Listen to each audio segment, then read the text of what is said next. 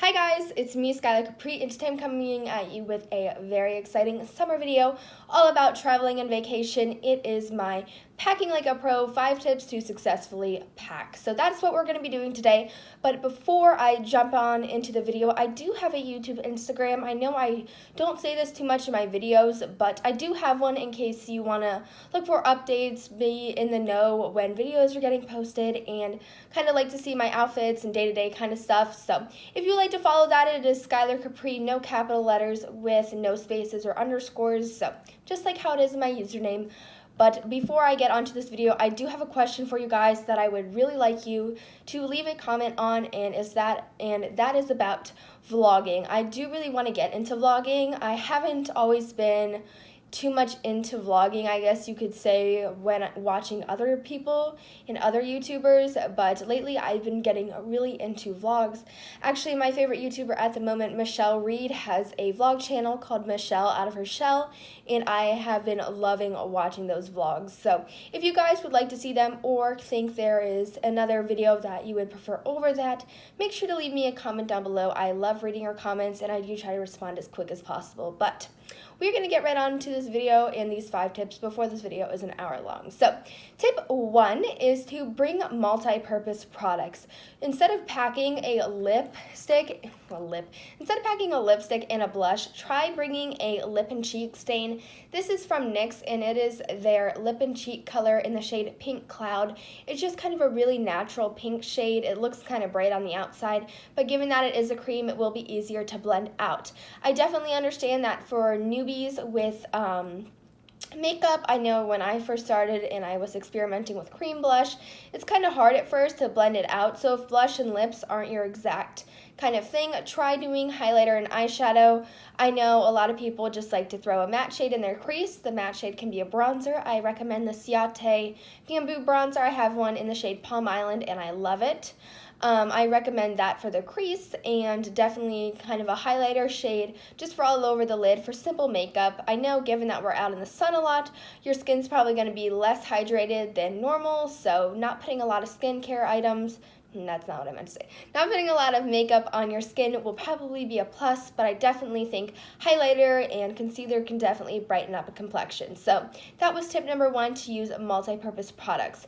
Tip number 2 is to, when going on a plane, make sure to pack items that aren't going to get taken while you're in line for being over the liquid amount limit or that kind of thing. I know water bottles, and I know people on YouTube that have gotten expensive makeup taken from them because it's not under their certain regulations. So definitely bringing travel size items and being conscious of that. You don't want to bring something really expensive and kind of be worried about having it getting taken at the airport because it's over the kind of size limit. One of the things that I have been liking are mini perfumes or roller balls. Throw it in your bag. It's good. It's not going to get taken at the airport. This is the shade Rose Quartz. This is a Mineral Co. Bath & Body Works kind of duo. I think Mineral Co. is inside Bath & Body Works. I'm not sure, or if this was a limited collection or not, but this is basically with rose water, lily petals, and fresh patchouli. So this is just a really nice fragrance, but definitely roller balls and being self-conscious of that is great. Kind of tip number 2.5 is to bring things that aren't gonna break. If you have a really expensive perfume that's in a glass bottle, that's probably not going to be preferred over something like this, which is plastic. It does have a tight cap on it, and it's probably not going to be as easily broken. So that is tip number 2.5. Tip number 3 is to bring clothes that you're comfortable in and clothes that cater to your activities. If you are planning on going to a beach getaway, make sure you pack enough swimsuits, and make sure you bring swimsuits that you feel confident in, whether it's a 1-piece, a 2-piece, or any kind of thing like that. Make sure you have clothes that you are comfortable in. If you're planning on working out, don't only have jean shorts and freak out and say, I have no idea what to wear. Make sure to bring comfy clothes as well as more dressed up clothes And the biggest thing with that is overpacking. Be realistic in your packing. If you know that you are not going to work out, do not bring 25 pairs of workout shorts when you're going to nice restaurants and spending your time on the beach, just taking up space in your luggage. Make sure you have clothes that you are comfortable, confident in, and that you'll actually grab for that instead of grabbing for the same two pieces because you don't want to wear the other things. A few clothing pieces that I really have been liking. One is this kind of pair of black shorts. These are almost like the Nike ones, but they're a little more dressed up as they don't have such the athletic look on them. These are from Old Navy, and I do have a mustard pair, and actually on the Urban Outfitters website, they just posted a picture of some mustard shorts that I believe were $24. These were around $6, and they are less high cut, so definitely comfortable. Everything's covered, and you're going to be confident while wearing these. So I definitely recommend picking these up, and also having a good, comfortable pair of jean shorts. I like high-rise shorts personally, so when I'm going and buying jean shorts, if I see something that's a low-rise, I'm not going to pick that up because I'm not as kind of overly excited, I guess, and I'm not going to gravitate towards those if I pack them. High-rise is definitely how I like my shorts to be, and also long enough so that everything is covered, obviously, and that they are not way too short. So just being comfortable and confident is definitely a plus when packing, to have things that you are actually going to gravitate towards. Tip number 4 is for bringing makeup and brushes. I know it's hard to put your makeup in there, all your brushes are smashed, and you're like, oh well, I hope nothing breaks. This is actually from Vera Bradley. You can purchase this at their outlets. I believe this is where I got mine about a year ago. This is super nice, and it is for your makeup. So right here, you have brush holders so that your brushes can just slip in here, or mascaras, concealer, all that stuff. Then you have a nice big pouch, and this can be for bronzers, powders, all that good stuff.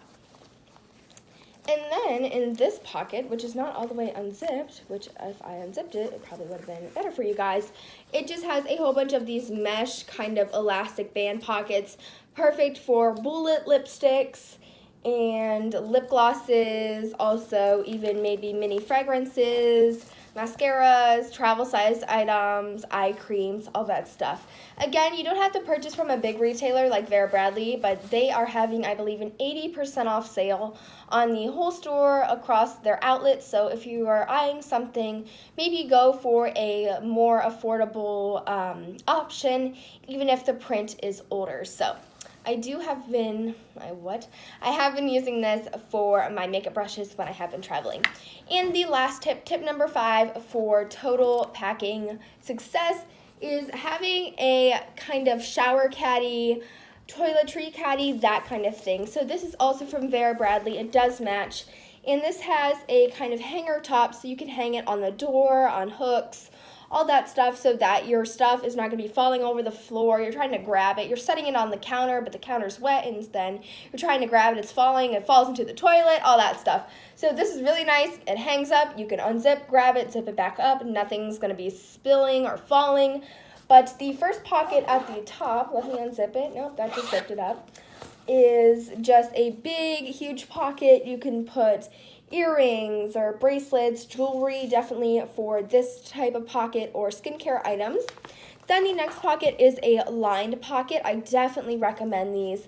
If you're going to put shampoos, put it in here, or shower gels or anything that could spill, definitely put it in here so that it's not going to ruin all your clothes, all your makeup, all your jewelry. Definitely shampoo covered hoop earrings are definitely not a staple in my collection, and I believe a lot of people's.